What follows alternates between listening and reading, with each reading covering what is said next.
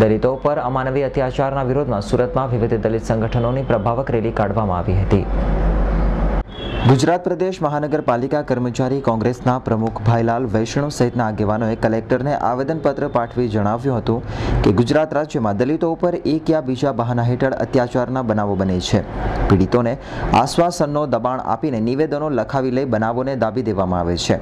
કેટલાક કિસ્સાઓમાં ગરીબી અને લાચારીને કારણે પણ અત્યાચારના બનાવો અંગે પીડિતો ફરિયાદ કરતા ડરે છે। મોજેગામ સમઢિયાળા તાલુકા ઉના રાજકોટ પાસેના આ દલિતો ઉપર જે કહેવાતા ગૌરક્ષકો દ્વારા અમાનવીય અત્યાચાર ગુજારવામાં આવ્યા છે। મનુષ્યો સાથે પશુઓ કરતાં પણ ખરાબ વર્તન કરવામાં આવ્યું છે।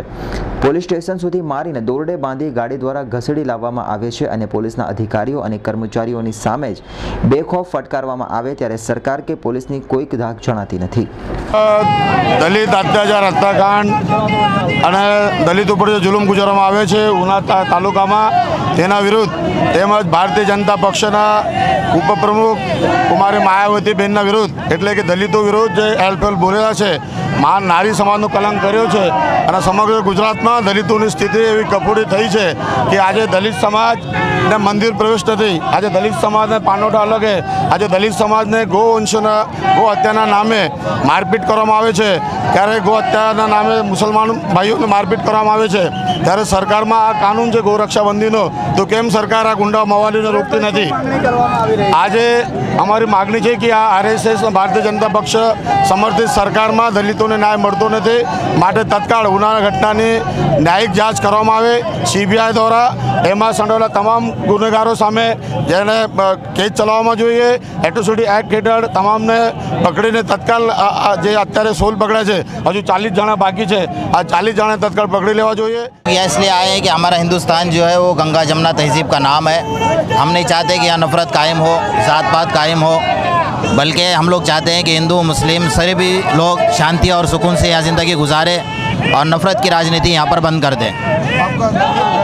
आंदोलन के बारे में क्या कहना है? क्या बोल रहे हैं?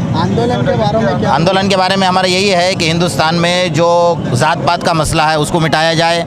हिंदुस्तान में सभी हिंदू मुस्लिम भाई मिलजुल कर रहते हैं, एक दूसरे को भाईचारे का मिलना चाहिए और हमारी जो गंगा जमुना तहजीब है उसको बाकी रहना चाहिए। बनाव बनाया उसके लिए क्या मांग कर रहे हो?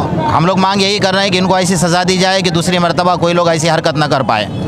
ઉલ્લેખનીય છે કે ઉનાના સમઢિયાળા ગામની ઘટના હોય કે વેડ રોડના દલિતનું મોત પોલીસના મારથી મૃત્યુ હોય, પરંતુ ગુજરાત પોલીસ મૌન સેવીને બેઠી છે, ગુમસુમ છે અને કોઈ પણ પગલાં ભરતી નથી। ત્યારે દલિતો આઝાદીના 70 વર્ષ પછી ન્યાય માટે ક્યાં જાય તે સમજી શકાતું નથી। Bureau report S9 news Surat. Surat શહેરની ઉમરા પોલીસે બાતમીના આધારે મોબાઈલ ચોર સલીમ ઉર્ફે માંજરો સૈફુદ્દીન શેખની ચોરીના 2 મોબાઈલ સાથે અટક કરી હતી। ચોરીના બંને મોબાઈલની કિંમત ₹15,000 થાય છે। સલીમ ઉર્ફે માંજરો રામચોક નજીક ક્રોમા સ્ટોર ખાતે નવા ગ્રાહકની શોધમાં હતો ત્યારે પોલીસે તેને ઝડપી પાડ્યો હતો।